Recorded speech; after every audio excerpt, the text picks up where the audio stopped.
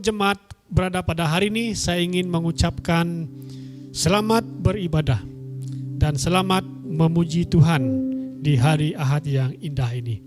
Saudara-saudari, Bapak Ibu yang saya kasihi, pada pagi ini saya akan membawa kita membaca dan belajar daripada contoh jemaat gereja mula-mula yang terambil daripada Kisah Para Rasul pasal 2. Kisah Para Rasul pasal 2 ayat 41 hinggalah ayat 47. Kita tunduk kepala, kita berdoa. Terpujilah namamu Tuhan, karena sejarah membuktikan bahwa orang yang dekat dengan Engkau akan menjadi kuat, akan dapat bertahan, dan akan menjadi berkat buat bangsa-bangsa. Satu contoh yang indah yang akan kami belajar pada pagi ini, yaitu jemaat gereja mula-mula yang telah Tuhan pakai memberi impak yang besar dalam era kekristenan, sehingga pada hari ini Tuhan, mereka juga telah memberi contoh bagi kami. Berkatilah firman Tuhan yang akan kami belajar bersama-sama. Roh Kudus menolong kami, memberkati kami, sehingga berkat-berkat daripada firman-Mu akan kami terima pada pagi ini. Terpujilah namamu. Di dalam nama Tuhan Yesus kami sudah berdoa. Amin. Kisah Para Rasul pasal yang kedua ayat 41 hingga 47 dikatakan, orang-orang yang menerima perkataannya itu memberi diri dibaptis pada hari itu. Jumlah mereka bertambah kira-kira 3.000 jiwa.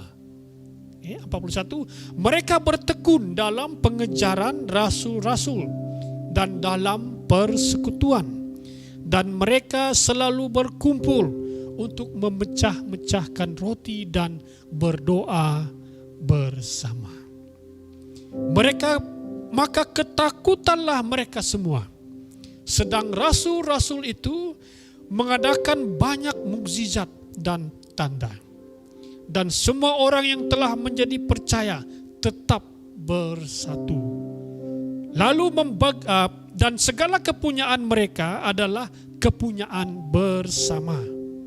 45. Dan selalu ada dari antara mereka yang menjual harta miliknya, lalu membagi-bagikannya kepada semua orang sesuai dengan keperluan masing-masing.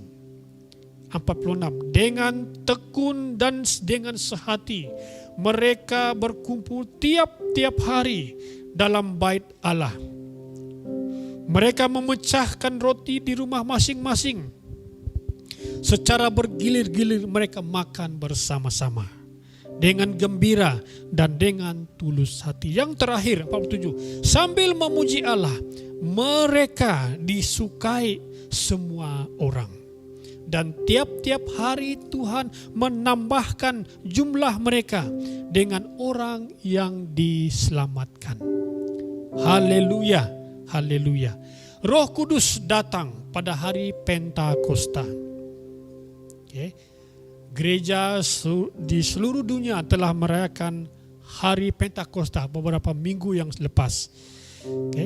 Dan roh itu menandakan hari Roh Kudus turun. Dan kemudian setelah Roh Kudus turun, gereja lahir di Yerusalem. Dan murid-murid Yesus yang pertama ini, yang penuh dengan Roh Kudus, menjadi saksi yang berani mengkabarkan berita baik, mengkabarkan Injil.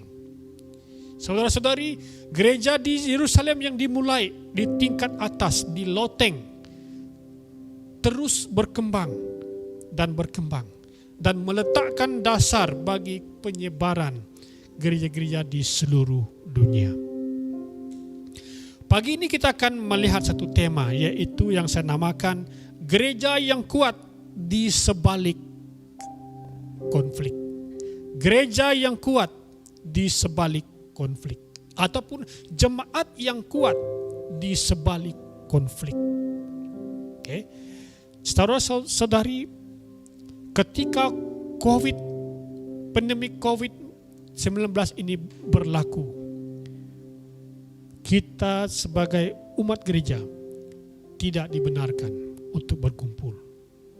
Tetapi walaupun kita tidak dibenarkan berkumpul sebagai gereja, gereja itu adalah diri kita. Walaupun kita tidak dapat berkumpul, kita boleh berkumpul secara pribadi dengan keluarga-keluarga kita. Okay. Kuat, gereja kuat di sebalik konflik. Suatu gereja lokal saja tidak boleh dibenarkan mengadakan ibadah ataupun dimusnahkan. Tetapi secara gereja universal tidak dapat dimusnahkan. Gereja itu ada di mana-mana. Bahwa gereja mampu bertahan dalam segala upaya yang menghancurkan gereja. Ini membuktikan bahwa kuasa ilahi ada pada gereja tersebut.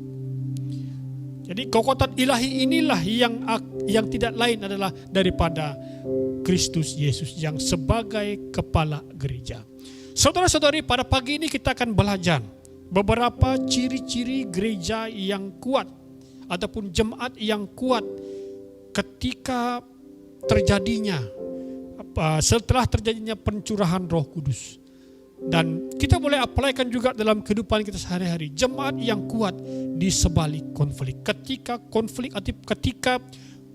krisis pandemik COVID-19 ini sedang berlangsung di seluruh dunia, di merata dunia, jemaat yang kuat akan diberkati Tuhan, akan tetap menjadi berkat buat bangsa-bangsa. Nah, apakah ciri-ciri yang kita boleh belajar jemaat yang kuat di sebalik konflik? Jemaat yang kita belajar pada hari ini yaitu jemaat yang kuat, mereka bertobat. Katakan sama-sama, jemaat yang kuat, mereka bertobat. Jemaat yang kuat, mereka bertobat.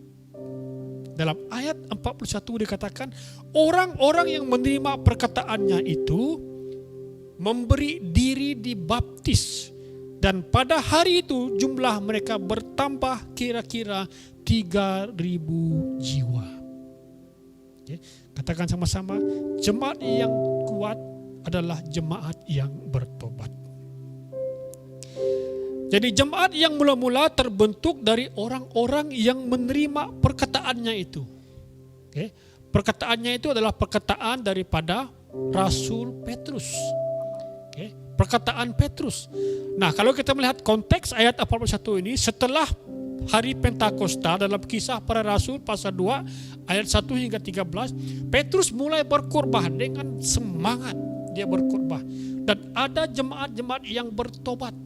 Mereka memberikan diri mereka untuk dibaptiskan. Okay.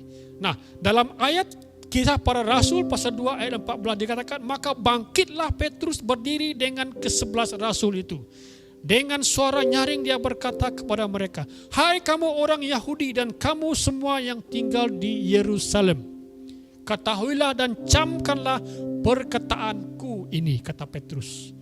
Jadi ketika jemaat orang-orang pada waktu itu menerima perkataan Petrus itu, mereka mulai bertobat. Okay. Mereka mulai bertobat. Dan kemudian yang menarik sekali, Kisah Para Rasul pasal 2 ayat 37 dikatakan, ketika mereka mendengarkan hal itu, perkara itu, kata-kata Petrus itu, hati mereka sangat terharu.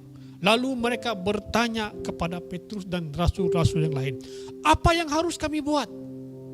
Okay. Apa yang harus kami buat? Lalu Petrus menjawab dalam ayat 28, bertobatlah dan hendaklah kamu masing-masing memberi dirimu dibaptis dalam nama Yesus untuk pengampunan dosamu. Maka kamu akan menerima karunia Roh Kudus. Jemaat yang kuat adalah jemaat yang bertobat. Dalam Alkitab ada 2 pengertian bertobat. Bertobat yang pertama adalah setelah orang tidak percaya, ketika mereka ditantang untuk menerima Yesus, mereka bertobat pada waktu itu. Mereka menjadikan Yesus Tuhan sebagai juru selamat kehidupan mereka. Dan arti yang kedua adalah orang percaya yang bertobat. Orang percaya, orang yang sudah menerima Yesus dan perlu bertobat lagi. Dikatakan pertobatan dari dosa-dosa setelah kita percaya. Saudara-saudari, seringkali walaupun kita percaya, kita panggil diri kita orang Kristen, tapi kadang-kadang kita jauh daripada Tuhan, tidak membaca lagi Alkitab, tidak lagi bersekutu dengan Tuhan dalam doa kita. Mungkin oleh karena gereja ditutup, tidak dapat pergi ke gereja. Mungkin oleh karena lain kita tidak begitu baik sehingga kita tidak dapat terlibat dalam ibadah di raya pada hari Ahad. Sehingga iman kita mulai kendur. Jadi kita dikatakan dalam kategori pertobatan yang kedua. Kita harus bertobat, kembali kepada jalan yang sebelum ini. Mungkin kita sudah menyimpang dalam beberapa bulan. Ada yang tidak dapat menghadirkan diri untuk ibadah, menyertai ibadah raya. Ada yang tidak dapat ada akses dengan internet oleh karena mungkin rumah mereka itu jauh di pinggiran, sehingga mereka tidak dapat bersekutu dengan teman-teman yang lain. Dan dalam masa yang sama iman mereka mulai kendur. Iman mereka mulai menjauh daripada Tuhan. Semangat mereka mulai kendur, mulai tidak lagi bersemangat akan Tuhan. Jadi kita perlu bertobat. Dikatakan, apa yang harus kami perbuat? Petrus berkata, bertobatlah dan berilah dirimu. Jadi saudara-saudari, jemaat yang kuat adalah di sebalik konflik adalah mereka bertobat. Katakan sama-sama, bertobat. Saya, saudara-saudari, Anda, saudara-saudara dan saudara-saudari perlu bertobat. Secara tidak sengaja mungkin ada perkataan yang kita ucapkan. Mungkin pikiran kita, mungkin kita sendirian di rumah. Mungkin kita traveling, kita jauh daripada teman-teman seiman. Mungkin kita sudah mulai menjauh daripada Tuhan. Bertobatlah sekali lagi. Haleluya. Gereja yang berubah, jemaat yang berubah pengertian dan sikap mereka terhadap Yesus. Jadi kita perlu bertobat. Nah, gereja jemaat yang sejati adalah jemaat yang senantiasa bertobat. Senantiasa bertobat. Kita tidak boleh berkata kita kuat. Kita tidak boleh berkata ini pandemik COVID-19 ini tidak lama. Saya akan pergi ke gereja bila gereja buka. Tidak apa-apalah. Bila gereja buka nanti baru saya pergi ke gereja. Bila gereja buka nanti baru saya pergi bersekutu. Bila gereja buka nanti baru saya mulai baca firman Tuhan. Baru saya mulai berdoa. Mulai kembali kepada Tuhan. Bertobatlah. Jemaat yang kuat adalah jemaat yang bertobat. Dalam ayat 41 dikatakan mereka memberikan diri mereka untuk dibaptiskan. Contoh yang kedua, jemaat yang kuat mereka bertumbuh dalam firman Tuhan. Ya, jemaat ini, para gereja mula-mula ini mereka bertumbuh dalam firman Tuhan. Saudara-saudari, firman Tuhan itu penting untuk kita baca, renungkan supaya kita bertumbuh. Artinya satu tanaman untuk mengalami pertumbuhan harus ada tanah yang baik, harus ada matahari, harus ada air yang menyiraminya. Jadi firman Tuhan itu bagaikan air yang menyirami. Firman Tuhan itu bagaikan matahari. Firman Tuhan itu bagaikan tanah yang memberi pertumbuhan ke atas tumbuh-tumbuhan tersebut. Begitu juga dengan iman kita. Iman kita itu harus dipertumbuhkan. Bagaimana iman itu datang? Iman itu datang daripada pendengaran firman Tuhan, daripada pembacaan firman Tuhan. Jemaat ini mereka bertekun dalam pemberitaan ataupun pembelajaran firman Tuhan. Okay. Jemaat yang sejati di sini dikatakan bukan hanya mereka bertobat, tetapi mereka juga bertumbuh dalam firman Tuhan. Okay. Saudara-saudari, ketika Anda di rumah, mungkin hari Ahad tidak dapat kebaktian Ahad, belajarlah firman Tuhan bersama-sama dengan keluargamu. Ambillah masa membagi-bagikan firman Tuhan. Bergilir-gilirlah membaca firman Tuhan sebelum tidur. Okay. Sebelum tidur. Anak saya yang pertama itu Benjamin, dia wajib baca firman Tuhan. Sekurang-kurangnya 5 ayat sebelum tidur. Okay. Dia tahu sebelum tidur ada apa yang kurang dalam hidup dia. Okay. Dia akan datang dan baca firman Tuhan. Dimanapun dia berada, sama ada dia balik ke Miri ataupun di Kucing, dia akan ingat. Okay. Dia akan ingat ayat-ayat yang dia sudah baca. Mungkin Alkitabnya dia tidak bawa, tetapi dia masih ingat apa yang dia baca. Okay. Jadi jemaat yang kuat adalah jemaat yang bertumbuh dalam firman Tuhan. Bacalah firman Tuhan, bertumbuhlah melalui firman Tuhan. Okay. Mungkin masa yang kita ada menonton bola sepak di TV, menonton movie 2 jam satu movie, takkan 1 jam ataupun 30 menit kita tidak dapat membaca firman Tuhan, belajar firman Tuhan. Okay. Bagi saya, saudara-saudari, bagaimana saya belajar firman Tuhan? Letakkan satu soalan dalam untuk dirimu, untuk Anda membuat pengajian firman Tuhan. Lalu Anda pergi ke internet, cari pengertian-pengertian ini, belajar daripada soalan-soalan tersebut, daripada kupasan-kupasan orang tersebut. Dalam masa yang sama Anda boleh memahami soalan-soalan tersebut dan boleh juga menjawab soalan-soalan tersebut. Dalam arti kata, dalam masa yang sama Anda juga boleh bertumbuh dalam iman Anda. Okay. Jadi mereka bertumbuh dalam firman Tuhan. Saya berdoa, walaupun kita tidak dapat berkumpul bersama-sama, bertumbuhlah dalam firman Tuhan. Punyailah jurnal Anda, punyailah masa saat teduh Anda dengan Tuhan sambil membaca firman Tuhan. Okay. Jemaat mereka bertumbuh dalam firman Tuhan.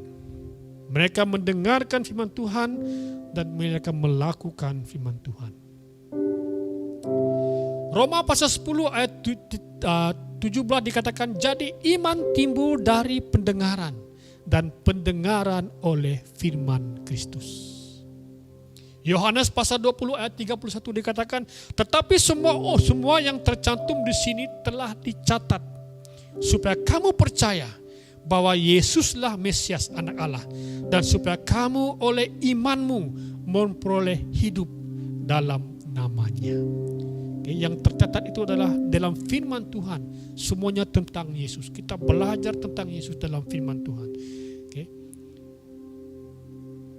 Saudara-saudari, mari kita kuat di sebalik pandemik COVID-19 ini.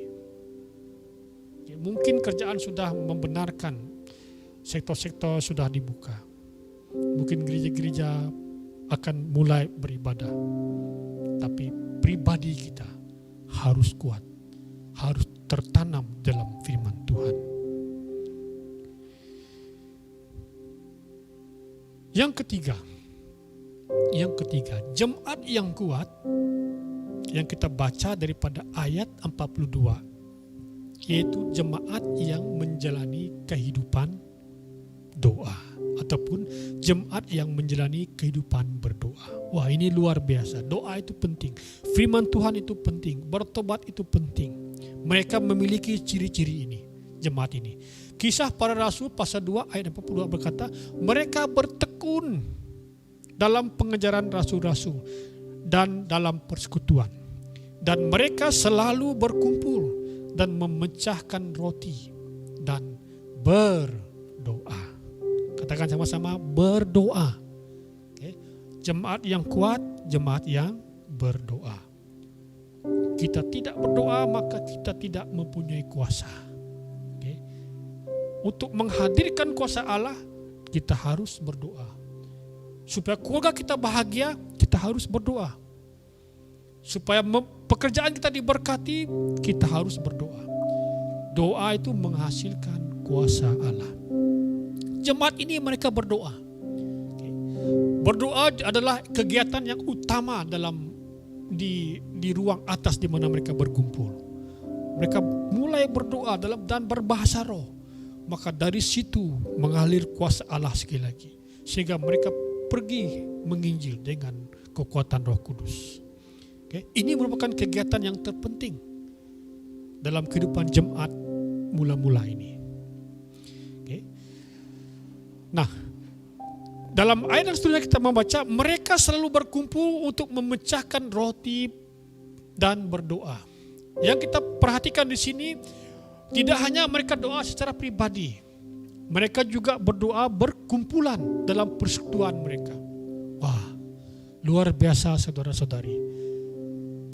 Jika Anda tidak dapat berdoa sendirian di rumah, ketika ada panggilan untuk kita ikut serta dalam ibadah online, ibadah mesbah doa, hadirkan dirimu.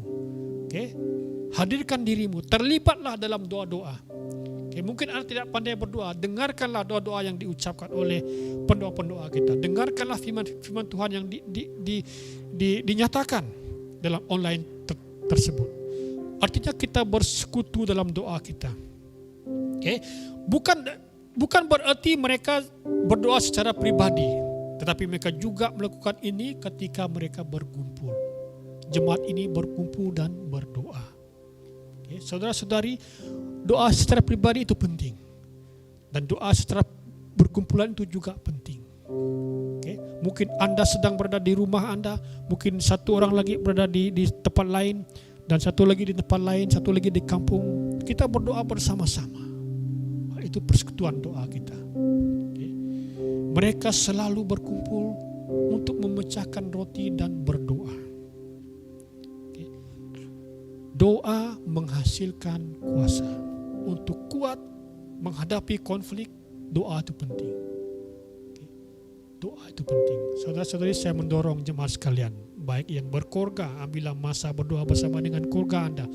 Mungkin khotbah-khotbah yang lain saya sudah jelaskan, sudah khotbahkan bahwa doa itu penting. Utamakanlah kehidupan doa. Bangkitkan kehidupan doamu. Karena doa itu menghasilkan kuasa Allah dalam hidupmu. Matius pasal 18 ayat 19 dikatakan, dan lagi aku berkata kepadamu, jika dua orang daripadamu di dunia ini sepakat meminta apapun juga, permintaan mereka akan dikabulkan oleh Bapa-Ku di surga. Betapa pentingnya Yesus menekankan bahwa doa itu lebih daripada satu itu juga penting. Ketika kita berkumpul bersama-sama berdoa, Bapa di surga akan mengkabulkan doa kita.